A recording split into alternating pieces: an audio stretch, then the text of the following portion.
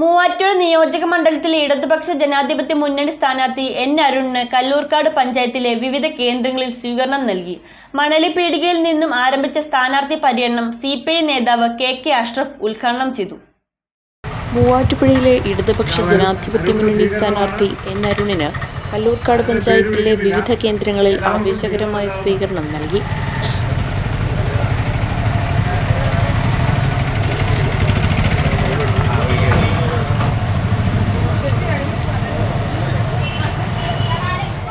രാവിലെ മണലിപ്പീടികയിൽ നിന്നും ആരംഭിച്ച പര്യടനം CPI നേതാവ് KK അഷ്റഫ് ഉദ്ഘാടനം ചെയ്തു. കേരളത്തിലെ മുഖ്യമന്ത്രി പിണറായി വിജയനെ ആക്രമിക്കുന്നത് ഇവിടുത്തെ MLA മാത്രമല്ല, കേരളത്തിലെ പ്രതിപക്ഷ നേതാവ്, കേരളത്തിലെ കോൺഗ്രസ് MLA-മാർ, മുസ്ലിം ലീഗിന്റെ MLA-മാർ, ഒരുപാട് രാഷ്ട്രീയ പാർട്ടി നേതാക്കന്മാർ MLA-യെ അധിക്ഷേപിക്കുകയും ആക്രമിക്കുകയും ചെയ്യുന്നുണ്ട്.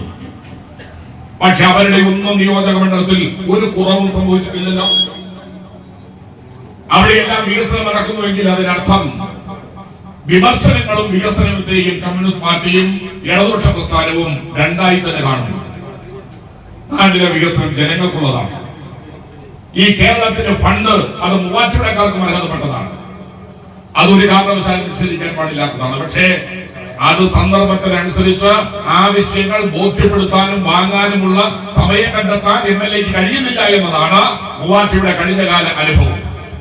ആ അനുഭവത്തിൽ നിന്നൊന്ന് മാറി നമുക്ക് ഈ ഗവൺമെന്റിനോടൊപ്പം സഞ്ചരിക്കാൻ, ഈ ഗവൺമെന്റിനോടൊപ്പം അതിന്റെ വികസന പ്രക്രിയയിൽ പങ്കാളികളാകാൻ കഴിയത്തക്ക വിധത്തിലുള്ള ഒരു നിലപാടുകൾ കേരളത്തിലുണ്ടാകണം.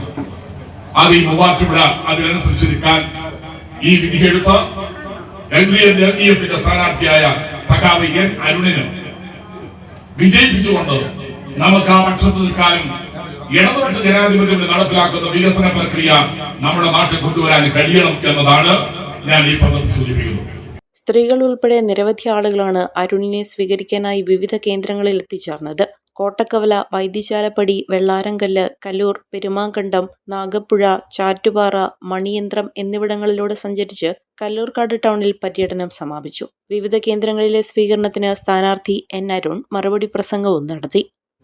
വരുന്ന 9-ാം തീയതി നടക്കുന്ന നിയമസഭാ തെരഞ്ഞെടുപ്പിൽ ഇടതുപക്ഷ ജനാധിപത്യ മുന്നണിയുടെ തുടർച്ചയ്ക്കായി ഈ നാട്ടിലെ ജനങ്ങളെല്ലാവരും വിരലമർത്തുമ്പോൾ അതിൻ്റെ ഭാഗമായി മൂവാറ്റുപുഴ നിയമസഭയിലേക്ക് എന്നെയും വിജയിപ്പിക്കണമെന്ന് ഹൃദയത്തിൻ്റെ ഭാഷയിൽ അഭ്യർത്ഥിക്കുകയാണ്.